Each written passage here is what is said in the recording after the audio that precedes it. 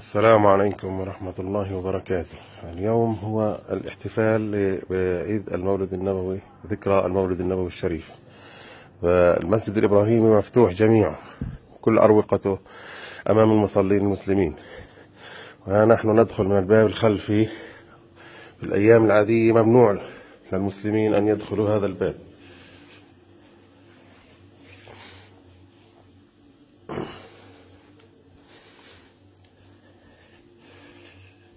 هذه غرفة الأذان. المؤذن يأتي يؤذن من هذه الغرفة، يأتي من منطقة الخاضعة للمصلين المسلمين، هذه تكون مغلقة أمام المسلمين.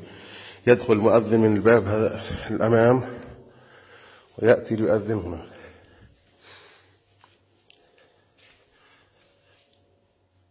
هذا مقام سيدنا يعقوب عليه السلام.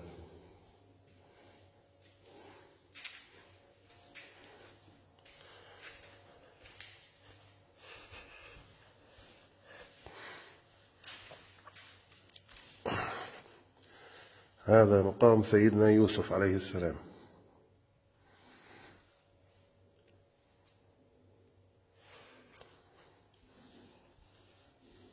هذه المنطقة تسمى اليوسفية. ندخل من هنا.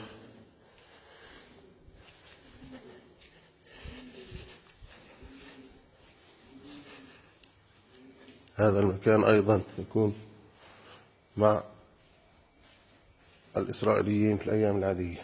اليوم مفتوح جميعا أمام المسلمين.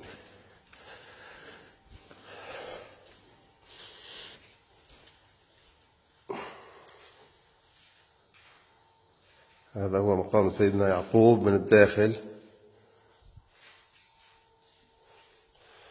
وهذا مقام سيدتنا زوجة سيدنا يعقوب لائقة عليها السلام.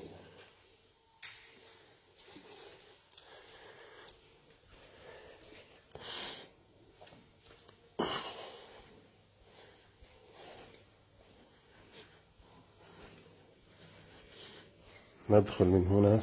هذا مقام سيدنا إبراهيم الخليل له. هذا هو مقام سيدنا إبراهيم من 3 جهات مكشوفة، من هنا ومن هنا. هذا هو مقام سيدنا إبراهيم الخليل عليه السلام. وهذا مقام سيدتنا سارة زوجة سيدنا إبراهيم عليه السلام من المنطقة الداخلية.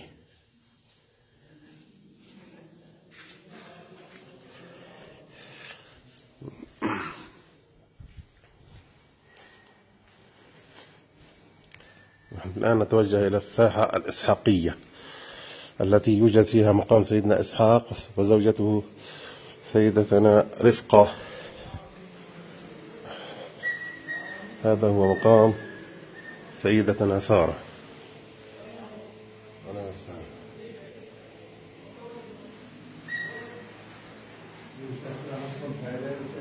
هذه في الخارج تسمى الجوالية. ندخل إلى الإسحاقية من هنا. هذه الساحة الإسحاقية يوجد فيها مقام سيدنا إسحاق وزوجته سيدتنا رفقة عليهم السلام.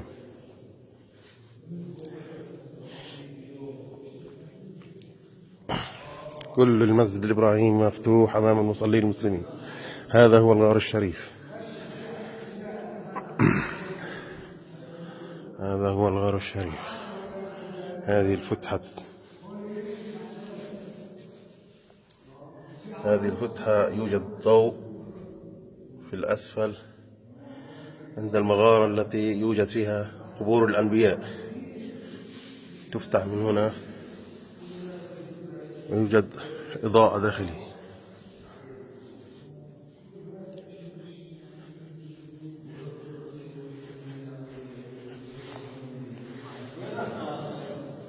هذه مقام سيدنا إسحاق عليه السلام.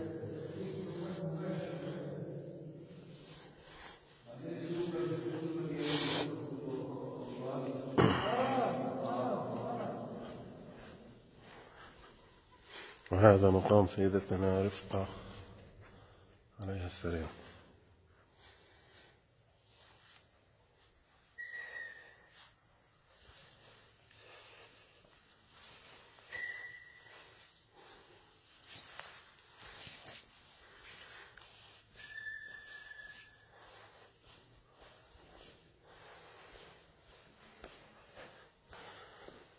نرجع من المدخل الخلفي إلى مقام سيدنا إبراهيم الخليل. 3 شبابيك تؤدي إلى مقام سيدنا إبراهيم الخليل.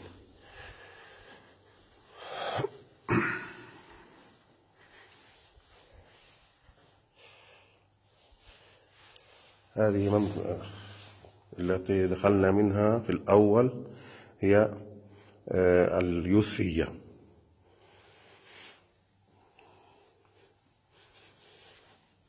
كل أروقة المسجد الإبراهيمي مفتوحة أمام المصلين المسلمين. اليوم الاحتفال بعيد ذكرى المولد النبوي الشريف.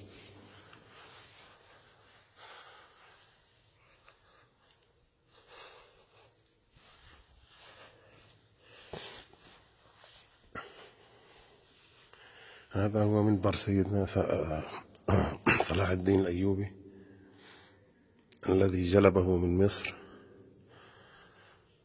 ولا يوجد فيه مسمار واحد، كله خشب من الخشب، مركب بطريقة فنية رائعة.